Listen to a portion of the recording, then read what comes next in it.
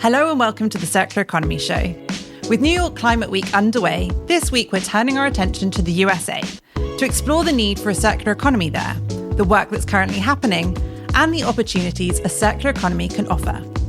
I'm Pippa, and to help me learn more about this, I'm joined by Jon Smieja, Vice President of Circularity at Trellis Group, formerly known as GreenBiz, and my colleague Danielle Holly, North America lead at the Ellen MacArthur Foundation. Danielle, can you kick us off by telling us what the landscape for circular economy in the US looks like at the moment? Yes, of course. And thank you, Pippa, for the intro.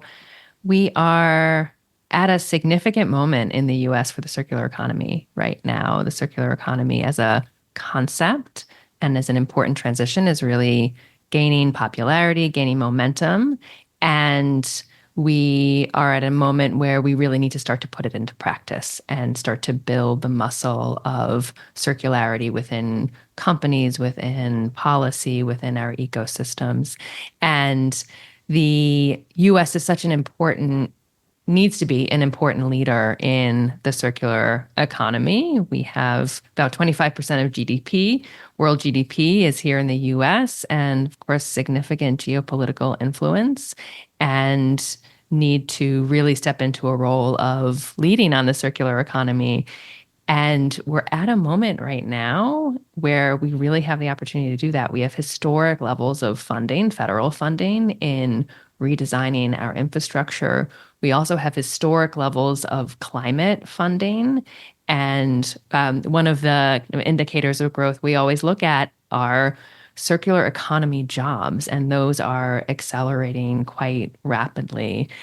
You know, in the context of Climate Week, where we're sitting right now, the circular economy is a really potent contributor to us reaching our climate goals in the US and globally. About 45% of our greenhouse gas emissions comes from the products and the food that we create. And the circular economy really provides a path and a framework and a solution to reducing those emissions. A lot of the climate conversation has really been focused on the energy sector appropriately, but really need to expand. So I could go on and on. I know we only have a couple of minutes to talk about a very big topic, and very eager to hear Jon's perspective. But I'm really excited about the possibilities that the U.S. presents for circular economy at the moment. Yeah, Jon, maybe you can tell us a bit about what you've noticed working at GreenBiz.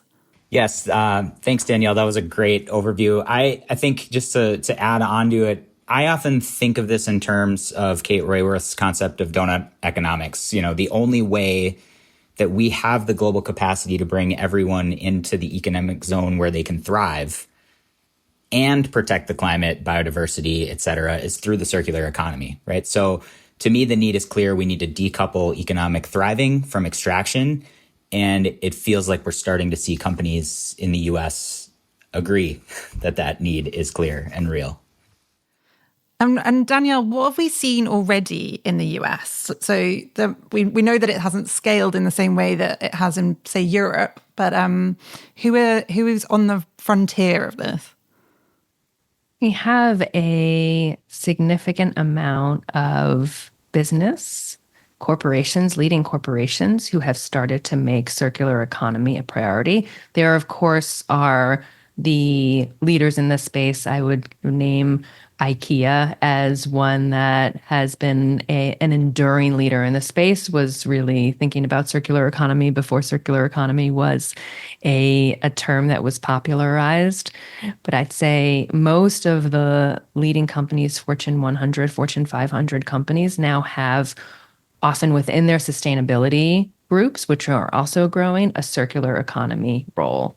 And we're seeing now more than one role. We're seeing those roles gain leadership and decision-making power. So I think that really, to me, represents a growth and a focus of the business community. And business, particularly with climate and biodiversity and natural capital are seeing a real cost to their bottom line of not taking action on the circular economy and not having circular economy strategies. So I think there is a recognition of the value, but also a recognition that we need to move away from a linear system. And then within the policy landscape, we have, through some of the historic funding under the Biden administration, Bill and IRA and CHIPS, we have an industrial decarbonization report that we've published in the last year that can give you kind of the detail on all those acronyms and what they mean. But the headline is that we have a ton of federal funding, represents about $1.5 trillion economic opportunity to redesign our basic infrastructure to be more circular and more sustainable. And you've talked about federal work there, Danielle. Jon, could you talk about the state? Because I think that's quite interesting with the US, that you've got this state at the states level versus federal level. Yeah, it's turning into a bit of a patchwork policy situation over here in the US. The policies that Danielle talked about are largely incentives, right? Financial incentives, but we are starting to see some disincentives for linear economy too. 5 states in the US have now passed extended producer responsibility for packaging. Another 10 have introduced policies just in the last year that have not passed yet.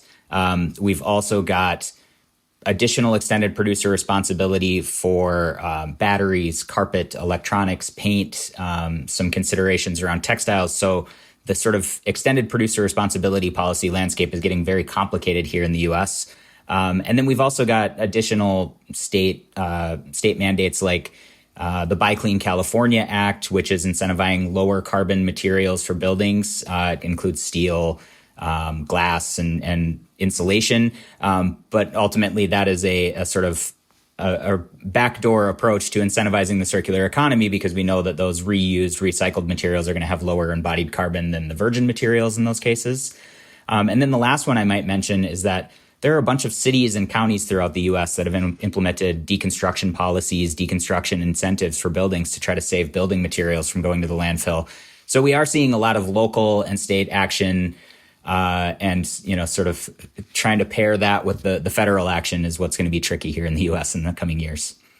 And do you think that patchwork approach that you talked about is a reason why the US has historically lagged a bit behind other parts of the world here? It's definitely possible.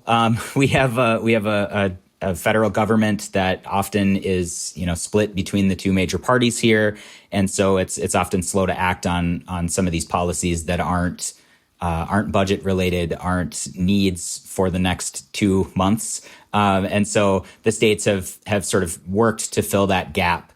And because of that, yes, we've had sort of slow national movement. California has been a leader in many cases. And the nice thing about California being a leader here in the U.S. is it does drive most of the economy towards whatever policy they're implementing, because most companies are not going to sell different products to California than they are to the rest of the United States. So with California leading the way, we are getting there. But yeah, it's a little bit slower than we'd like to see.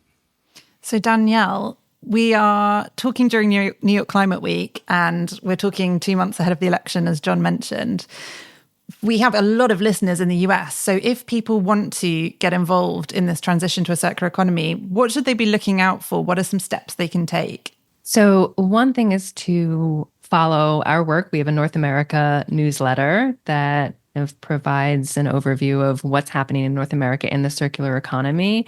But beyond that, my call to the folks that are listening in the US is to look for the circular economy in your day-to-day life and jobs, because I think we often talk about the circular economy as this new concept that we're pushing or building visibility for, that's anchoring and taking hold. But the reality is that it already exists in so many ways and in so many parts of our life, and it remains unnamed.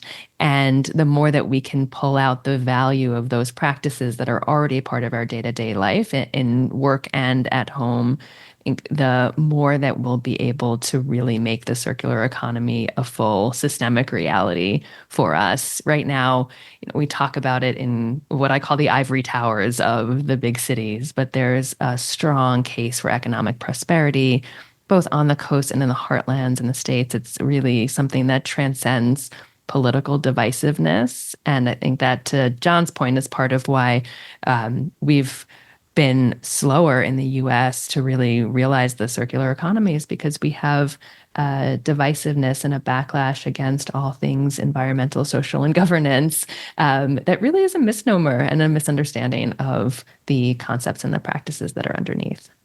Do you notice that as well, Jon? What's it like at Trellis with your audiences? Yeah, I couldn't agree more. Our audiences are, well, first of all, they're growing in almost every way. So the corporates that we focus our newsletters, our events, and our website coverage on are still growing their teams. They're still working hard to try to implement all sustainability practices, very much circularity included. To go back to what Danielle said, we have a newsletter that folks can follow that has a lot of circular economy coverage. There are a few really good events here in the US talking about circular economy. One thing that I think about a lot as I think of companies trying to implement circular economy is that the people thinking up projects, trying to push their companies forward, really have to focus on making both the economic and the climate case for circular economy, because their companies are so focused on those two things. And, most companies now have more projects that have a 12 to 18 month return on investment than they can fund. So if you have a 5-year circular economy plan, you either have to make a really, really good argument for that, or you need to figure out how to shorten the return on investment. So I think we all, because of the way, the economy runs in the US, we all need to think more about what the return on investment is, how to make sure that it's a good investment for the company, and also tie it to the climate activities that we have. And if we were to speak again in, say, 5-10 years, what would you like to have seen happen in that gap? I would start by saying we have had a lot of really positive pilot programs here in the US, whether it's reusable packaging, reusable bags, deconstruction in certain cities. And a lot of them have been successful and then haven't turned into long-term action. So what I'd love to see in the coming years is transitioning all of these great pilot programs into permanent programs that people can start to get used to and start to make part of their everyday lives. There's nothing quite as important in a transition like that as companies just, getting caught trying. Like, try new things, put new ideas out there. What we need to do, and this goes back to what Danielle said about people seeing the circular economy in their everyday lives, not only do they need to see it, but it needs to be integrated so it's not a separate inconvenience on top of what they're already doing. And I think we've got a lot of opportunity to do that in pretty much every sector of the economy if we really invest in it over the coming years.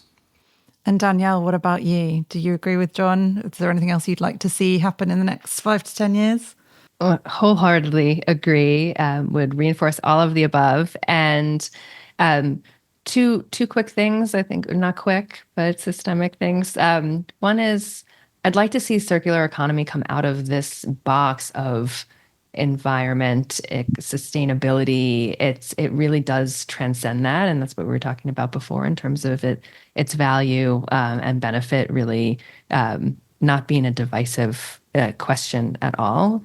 That's kind of macro. And then micro, would love to see, to what Jon said at the top, to decouple revenue from the production of new goods and materials. Would love to see an increase in companies measuring and making progress on circular business models and the percentage of their revenue that comes from circular business models, because I think that's one of the most tangible indicators we have of moving towards the circular economy. Yeah, I think we've really rattled through the overview of what's going on in the US, but it's definitely not the last time we'll talk about this, and we'll dig down into a lot of those topics as they develop. But thank you for joining us today, Jon and Danielle. Yeah, thanks so much for having us. Thank you, Pippa. Great, thank you. And if you'd like to find out more about the circular economy work in the US, you can find links to some of the things we discussed in the show notes. And while you're there, it would be great if you left us a review to help others discover the Circular Economy Show. Thank you, and see you next time.